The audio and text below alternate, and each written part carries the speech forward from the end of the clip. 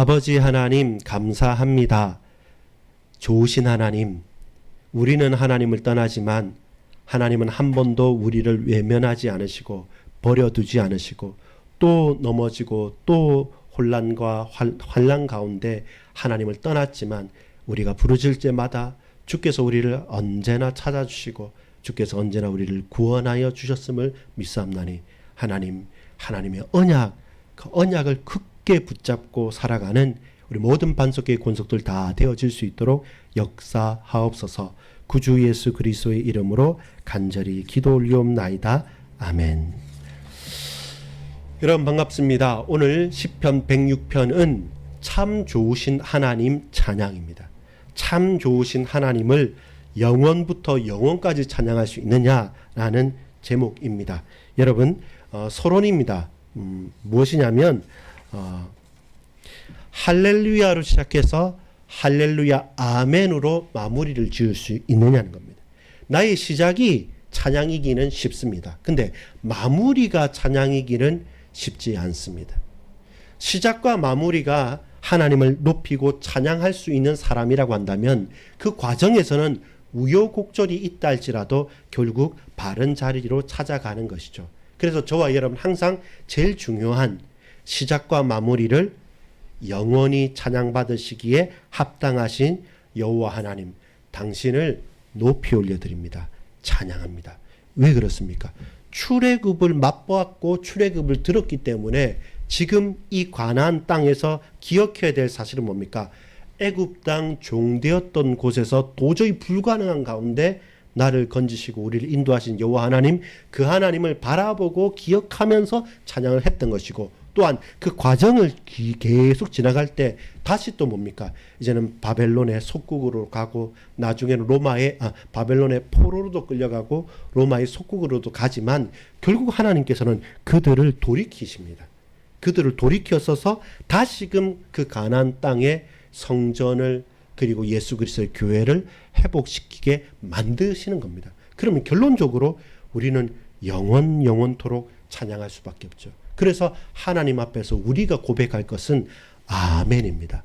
그렇게 되기를 나는 믿는다는 것이고 알겠다고 받아들인다는 사실입니다. 그래서 우리는 시작과 끝을 할렐루야로 시작하고 할렐루야로 마무리할 수 있는 찬양의 사람이어야 합니다. 제일 실수 많이 하는 게 찬양으로 시작했다가 원망과 낙심과 주저함과 도망감으로 흐지부지 되는 경우가 많아요. 개업 예배는 많이 해도 폐업 예배 잘 못하지 않습니까? 우리의 인생이 그래요. 그래서 오늘 본문 시편 106편을 보면서 우리가 딱 하나 다짐해야 될 건, 그래, 찬양으로 시작하고 내 인생 찬양으로 마무리하겠다. 하나님 이렇게 할렐루야 아멘으로 마무리할 수 있는 내 인생이 될 수 있도록 우리 사랑하는 모든 반석교회 권속들에게 은혜 베풀어 주옵소서. 이렇게 저와 여러분 중보할 수 있는 겁니다. 우리 육신이 연약한 분들 계시지 않습니까? 공부를 해야 되고 직장에서 일을 하고 여러 가지 도전해야 될 부분이 있지 않습니까? 그때마다 내 자녀와 우리 권속들과 성도님들을 위해서 하나님, 이 영혼이, 이 사랑하는 주의 권속들이, 동역자가, 우리 한 몸 된 교회 지체가 찬양으로 이 일을 시작했습니다. 찬양으로 마무리할 수 있도록 주께서 시종일관을 붙들어 주옵소서. 이렇게 우리가 순종하는 마음으로, 또한 하나님 앞에 믿음을 고백하는 마음으로 찬양의 마무리까지 될 수 있도록 끝까지 기도할 수 있도록, 이것이 저와 여러분 오늘 밤에 우리가 기도하는 이유이기도 합니다. 자, 그렇다면 시편 106편을 보면서 우리가 좀 알아야 될 두 가지 사실이 있는데요. 첫 번째는 그겁니다. 역사에서 역사하시는 여호와입니다. 이 말은 뭡니까? 이스라엘의 역사 가운데 하나님의 역사, 하나님이 일하신다는 겁니다. 이걸 우리가 먼저 기억해야 됩니다. 하나님은 시대와 민족과 나라들 가운데 그 세계사와 교회사와 처음과 마지막에 하나님의 창조와 그리고 종말의 마지막까지 이 모든 세계의 역사 가운데 하나님 지금도 역사하십니다. 그래서 저 이집트에서 구원을 한 겁니다. 그래서 저 바벨론에서 다시 건지신 겁니다. 그래서 저 로마에서 다시 해방시켰습니다. 또한 마찬가지로 오늘 우리의 직장, 우리의 지역, 저와 여러분의 과거의 우상 숭배, 우리의 수많은 우상 숭배와 저주와 종교의 영에 사로잡혔던 그 가정과 가문에서 저와 여러분을 해방하시고 부르셨다는 겁니다. 그것이 뭡니까? 시대 가운데, 역사 가운데, 교회 가운데, 우리의 온 가정과 가문, 우리 일생 가운데 하나님께서 저와 여러분에게 역사하신 것입니다. 이걸 볼 때 우리는 뭐 할 수 있습니까? 찬양할 수 있는 거죠. 이것이 저와 여러분이 집중해야 될 겁니다. 하나님은 역사하신다. 어떻게? 내 인생사 가운데, 우리의 가정사 가운데, 우리의 가문과 우리 교회사 가운데, 이 반석교회를 통해서도 하나님 역사하신다. 우리 나라를 통해서도 역사하신다. 성경이 그렇게 증언했듯이 지금도 하나님은 역사 가운데 하나님은 일하신다. 그래서 역사 중에 하나님은 역사하시는 분이다. 이걸 우리가 고백하는 거죠. 그래서 길게 설명한 게 바로 그거예요. 흔들릴 만한 일들이 많아요. 낙심할 만한 일도 많아요. 그래서 계속 이스라엘 백성들은 뭔가 새로운 일을 시작할 때마다 뭐합니까? 과거를 소환합니다. 애굽 땅 종되었던 곳에서 인도하여 낸 여호와 하나님이 내게 이르노니 이렇게 말씀하는 겁니다. 미래 소망을 얘기하기보다 과거의 언약을 붙잡고 오늘을 살아갈 수 있고 미래를 걸어갈 수 있는 것이 이 이스라엘 백성의 특징이었습니다. 근데 여러분, 문제는 뭐냐면 저와 여러분의 문제이기도 하고 이스라엘에게 문제이기도 합니다. 그게 뭡니까? 역사를 잃어버린 백성들입니다. 잃어버렸고 잊어버렸습니다. 내 능력이 부족해서 잃어버리기도 했고, 또한 내가 사실 하나님을 그렇게 잘 믿기 싫어서 대적함으로 잊어버리기도 했습니다. 내 스스로 원해서 잊어버리기도 하고 또한 잃어버리기도 한 겁니다. 역사를 잃어버린 백성들입니다. 항상 세계사의 교과서에 그렇습니다. 사람들은 세계사를 공부하면 공부할수록 이 역사는 반복된다고 합니다. 그런데 인류의 진리는 뭐냐면 역사를 알면 알수록 공부하면 공부할수록 사람들은 역사를 통해서 배우지 않는다는 사실들을 깨닫는다고 그럽니다. 마찬가지입니다. 항상 역사를 통해서 항상 하나님의 손길 가운데 배우지 못하는 무지하고 타락한 이스라엘의 역사가 펼쳐지는 거죠. 우리가 그 중에 한 사람이기도 합니다. 그 중에 많은 증인들을 우리가 보기도 합니다. 역사상 가장 큰 고통이 뭡니까? 우리가 역사를 모른다는 겁니다. 하나님이 그 환란 가운데 건졌음에도 불구하고 다시 또 더 큰 환란 속으로 우리는 집을 짓고 불구덩이 속으로 막 뛰어들듯이 그렇게 달려나가고 있다는 것입니다. 왜 이스라엘 백성들이 부르짖습니까? 만약에 여러분 역사를 통해서 배우고 하나님의 언약을 붙잡잖아요. 그럼 그때 부르짖으면 어떻게 되냐면 깨닫는 겁니다. 깨달으면요, 그것은 내게 힘이 되고 능력이 되고 증거가 됩니다. 근데 깨닫지 못하고 왜 부르짖냐면 똑같이 부르짖습니다. 애굽 땅에서 다 부르짖었어요, 백성들이. 근데 대다수는 힘들어서 부르짖었어요. 못 살겠다고, 어렵다고, 도저히 못 살겠다고 부르짖을 때, 힘들어서 부르짖으면 배우지 못합니다. 깨닫지 못합니다. 그냥 힘이 드니까 부르짖은 거예요. 결국 힘 안 들면 안 부르짖습니다. 근데 하나님의 언약을 내가 놓쳐버렸구나. 하나님의 계획과 뜻과 역사가 있는데 이 복음을 내가 놓쳤구나, 잊어버렸구나. 그걸 깨닫고 부르짖으면서 깨달았다고 한다면 배우게 됩니다. 뭘 배우게 됩니까? 약속과 하나님 말씀과 언약을 배우게 됩니다. 그러면 더 이상 우리가 그 실패를 반복하지 않습니다. 그래서 모세를 들어 쓰신 거예요. 하나님께서 뭐라고 말씀합니까? 이 이스라엘 백성들 도저히 안 되겠다, 내가 다 쓸어버리겠다라고 할 때 모세가 하나님 그러지 마십시오. 하나님 아시지 않습니까? 이 백성들이 저 애굽 땅에서 하나님의 이름으로 건져냈는데 하나님 이들을 광야에서 죽이시면 하나님 이름이 땅에 떨어지지 않습니까? 하나님 내 이름이 생명책에 지워지는 한이 있더라도 이 민족들을 버리지 마옵소서 할 때 하나님께서 어떻게 표현합니까? 뜻을 돌이켰다 그럽니다.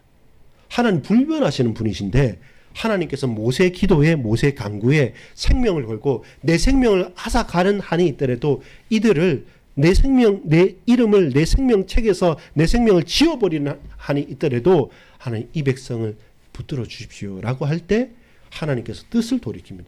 여러분 부르짖음 가운데 깨달음이 있고 언약을 기억하게 된다면 정말로 하나님의 역사가 일어납니다. 근데 부르짖는 가운데 깨달음이 없잖아요. 힘겨워서 부르짖으면 살만하면 또 넘어집니다.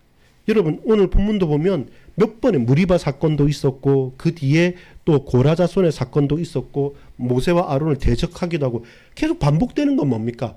이 사람들이 구원 안 받은 사람도 아니고 구원의 역사를 체험하지 못한 사람도 아니고 홍해를 건너지 못한 사람도 아니고 증거를 계속 맛봤던 사람입니다. 근데 증거와 응답은 있는데 진정한 은혜가 없고 깨달음이 없고 우리 주일 오전 예배 말씀을 통해서 보자면 십자가 앞에서 떨림이 없고 성만찬 예수 그리스도의 피와 살 가운데 참된 울림이 없고 내 식탁이 바뀌지 않으면 그냥 힘겨워서 부르짖어서 그 힘겨운 문제만 해결되면 또다시 돌아가게 되는 것입니다. 그럼 그 문제는요 더 크게 반복이 되어지는 것이죠. 그래서 그 결과는 뭐가 됩니까? 계속 우상숭배가 되는 겁니다. 가나안 땅 들어가서 그 가나안 땅의 백성들을 진멸해버리고 하렘이죠. 싹 다 진멸해버리고 거기에서 약속한 땅에서 뿌리 내리라고 했는데 도리어 거기 들어가서 그들을 진멸한 게 아니라 그 땅 거민들이 섬기는 우상을 좋아 보이니까 같이 섬기게 되죠. 그러니까 하나님께서 그들을 심판하고 다시 또 저기 포로로 바벨론으로 보낼 수밖에 없는 것이죠. 빨리 가라. 다시 돌이키라. 이제 포로로 갔다가 돌아오라 하는데 끝까지 버티다가 그 안에서요 온 백성과 그 성전이 다 회파하게 될 만큼 도리에 돈 하나 남지 않게 다 무너지게 되는 사건이 일어난 것이죠. 홍해라는 큰 기적 속에서 기적의 응답 속에서 배운 사람과 언약을 붙잡은 사람과 그냥 놀라운 기적을 체험만 하고 그냥 부르짖어서 내 만족만을 얻은 사람은 완전히 결과가 달라집니다. 어떻게 됩니까? 문제를 해결하고 힘든 문제를 해결하고 응답만 받은 사람은 나중엔 똑같은 더 큰 우상을 가나안 땅에서 섬기게 되잖아요. 근데 그 가운데 나와 내 집은 여호와만 섬기겠노라고 말하는 여호수아나 갈렙이나 그리고 믿음의 백성들 사사들 같은 경우에는 어떻습니까? 생명을 걸고 결단하는 거죠. 그리고 그 개인과 그 후손에게 이 언약이 전달되게 되는 것입니다. 여러분 두 가지가 비교되죠. 무엇이 비교됩니까? 역사 가운데 역사하시는 하나님, 역사 가운데 깨닫지 못하고 배우지 못하는 우리들. 근데 이것이 성경에 나타나 있는 이스라엘 백성들만의 실수냐고 한번 물으신다면 오늘 저와 여러분은 과연 어디에서 무엇을 하면 배웁니까? 하나님의 완전한 말씀인 성경이 있는데 이 가운데 우리는 배우기를 원치 않아요? 묵상집도 하고 매일 성경도 하고 그 하나 읽어보는 것도 내 삶에 쉽지 않지 않습니까? 왜냐하면 배워야 돼요. 기억해야 돼요. 하나님의 말씀을 계속 내 가슴에 먼저 가슴에 새기지 않으면 어떻게 됩니까? 아까 표현하지 않습니까? 하나님께서 손으로 붙잡아주고 강하게 붙들고 계시지 않고 하나님께서 손을 놓으면 바로 놓는 그 순간 뭡니까? 저 강한 저 악한 흑암의 권세가 악한 이방들이 확 잡아쳐서 우리를 노예와 포로와 속국으로 계속 죽음의 계곡으로 끌어간 거죠. 그래서 계속 하나님께서 나를 붙드시지 않으면 우리는 느끼지 못하지만 하나님 지금도 붙드시고 계십니다. 그래서 그 연결고리인 하나님의 언약의 약속의 말씀이 내게 들려지고 믿어지고 고백되어지고 그리고 기억되어야 됩니다. 기억하는 자, 그 역사 가운데 하나님의 역사를 배우는 자, 깨달은 자, 그는 하나님의 사람으로 시종일관 처음과 마지막이 찬양을 할 수 있는 찬양의 사람이 됩니다. 반대로 그 가운데 대단하고 큰 응답과 축복을 맛봤어요. 체험도 했어요. 능력도 체험했어요. 방언도 했습니다. 기적도 일으켰습니다. 그런데 그 하나님의 언약 가운데 배우지 못하고 깨닫지 못하면 결국 그는 약속의 땅 가나안 땅에 가서 거기서 이방인들의 우상을 섬기는 우상 숭배 거짓 선지자가 되어버리는 겁니다. 무엇입니까? 역사 가운데 하나님의 역사를 배우십시오. 그리고 기억하십시오. 그리고 마음에 담으십시오. 그러면 그 자를 하나님께서 다시 일으켜 세우십니다. 그것이 오늘 시편 106편의 결론 장면입니다. 찬양, 영원히 영원부터 영원까지 찬양 받으시기에 합당하신 하나님을 우리는요 보는 거예요. 묵상하는 거예요. 그 주님을 찬양하는 거예요.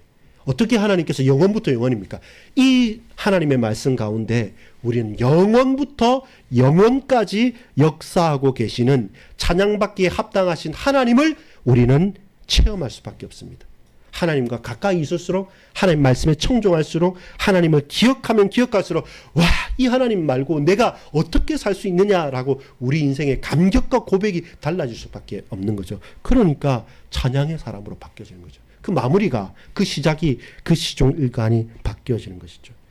출애굽 이후에 바벨론 포로로 가는 그 여정 가운데서도 동일하게 이 사건들은 계속 반복되고 있었던 것입니다. 하나님께서 역사 가운데 역사하시는 하나님께서 저와 여러분의 인생을 세우셔야 돼요. 우리의 고백, 우리의 찬양을 하나님 받으셔야 됩니다. 그러면 뭡니까? 고통이 유익됩니다. 한 가지만 더 보면요. 오늘 본문에 나온 가운데 보면 고통의 유익이 나옵니다. 어떤 유익이냐면 고통은요. 이 백성을 첫 번째 겸손하게 했습니다. 백성들이 하나님 앞에 겸손하게 만듭니다. 지난주 메시지를 통해서 보면 십자가 앞에서 낮아질 때 하나님께서 높이시는 겁니다. 십자가 앞에서 우리가 높아질 때 하나님께서 그는 바닥으로 낮추는 겁니다. 십자가 앞에 우리는 작아지고 낮아져야 됩니다. 근데 하나님께서 높이시잖아요. 우리가 십자가 앞에서 높아지고 내 은사를 자랑하고 나를 자랑하면 그는 사단의 먹잇감이 되고 저 밑에 계곡으로 지하에까지 낮아질 수밖에 없는 겁니다.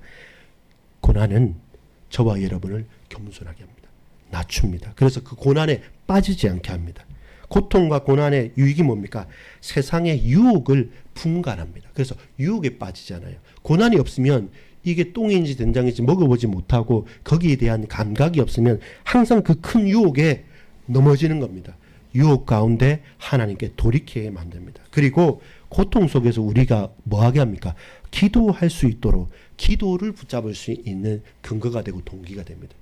너무 좋으면요 기도 절대로 안 해요. 근데 조금 갈등도 있고 긴장도 되고 한데 풀릴 듯 말 듯 하면서 항상 내게 계속 있는 고난을 놓고 깊이 예민하게 깨어서 기도에 활력이 차게 됩니다. 고통은 겸손하게 하고 유혹에서 벗어나 하나님 바라보게 하고 기도에 활력이 차게 만들고 고통을 통해서 신실하신 하나님을 더 크게 경험하게 되는 겁니다. 그 전까지는 딸막딸막 알듯 말듯 했던 하나님을 그 사건 속에서 크게 체험하게 되는 것이고, 그리고 체험하니까 어떻게 됩니까? 하나님을 더 의지하게 되죠. 고난 가운데 내가 믿을 분은 하나님밖에 없다라는 것을 알고 하나님 더 의지하게 됩니다. 그래서 결국 고통과 고난의 결국은 뭡니까? 결론은 순종하는 거예요.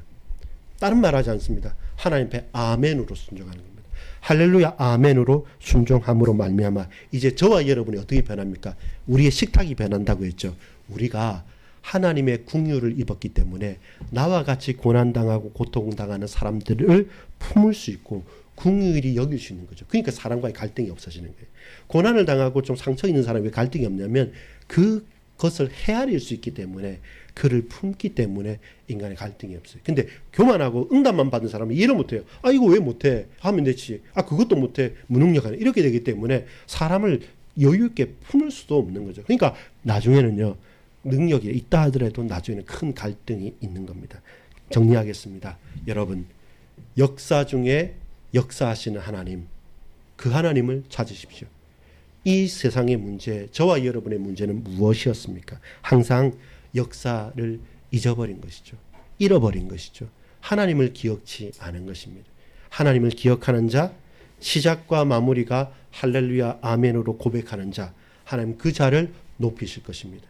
우리는 하나님이 높이실 때 우리는 고난과 환난 가운데 겸손할 수 있습니다. 유혹에서 돌이킬 수 있습니다. 더욱더 기도할 수 있고 신실하신 하나님을 체험할 수 있고 그 하나님을 의지할 수 있고 그 하나님께 순종할 수 있죠. 그럼 이제는 내 영혼 부족해 보이고 연약해 보이는 그 심령들까지 품고 긍휼히 여기면서 함께 살릴 수 있는 자. 결국 이 사람은 누굽니까? 찬양의 사람인 거죠. 결국 이게 찬양의 사람입니다. 환난 가운데서 찬양과 할렐루야 아멘을 고백할 수 있는 것은 무엇입니까? 그 일 통해서 하나님의 역사를 봤기 때문에 그렇습니다. 여러분, 시편 106편을 통해서 하나님을 만나십시오. 역사 중에 역사하신 하나님, 나는 내 인생의 역사, 우리 가정의 가문의 역사를 볼 때마다 하나님의 손길이 아니면 결코 이 가정이 또 이 교회가 저와 여러분이 단순간도 살아남을 수 없는데, 단 한순간도 걸어갈 수 없는데, 하나님 오늘 나의 인생으로 말미암아 시작과 끝이 할렐루야 아멘 영원히 찬양받으시기, 그 인자하심이 영원토록 영원부터 영원까지 주님을 찬양합니다. 아멘 할렐루야를 고백하는 저와 여러분 되기를 소망합니다. 같이 기도하겠습니다. 아버지 하나님, 할렐루야 아멘, 시작이 찬양이고 마무리가 찬양이 될 수 있도록 순간순간 사건 일들마다 주님을 최고로 높이는 어떤 환난과 공고와 고통 속에서도 겸손히 세상의 유혹을 벗어나 기도 속에서 신실하신 하나님을 경험하고 체험하며 주님을 의지하고 순종함으로 한 영혼을 품고 살릴 수 있는 궁휼한 사람, 찬양의 사람이 되게 역사해 주옵소서. 구주 예수 그리스도 이름으로 간절히 기도 올리옵나이다. 아멘.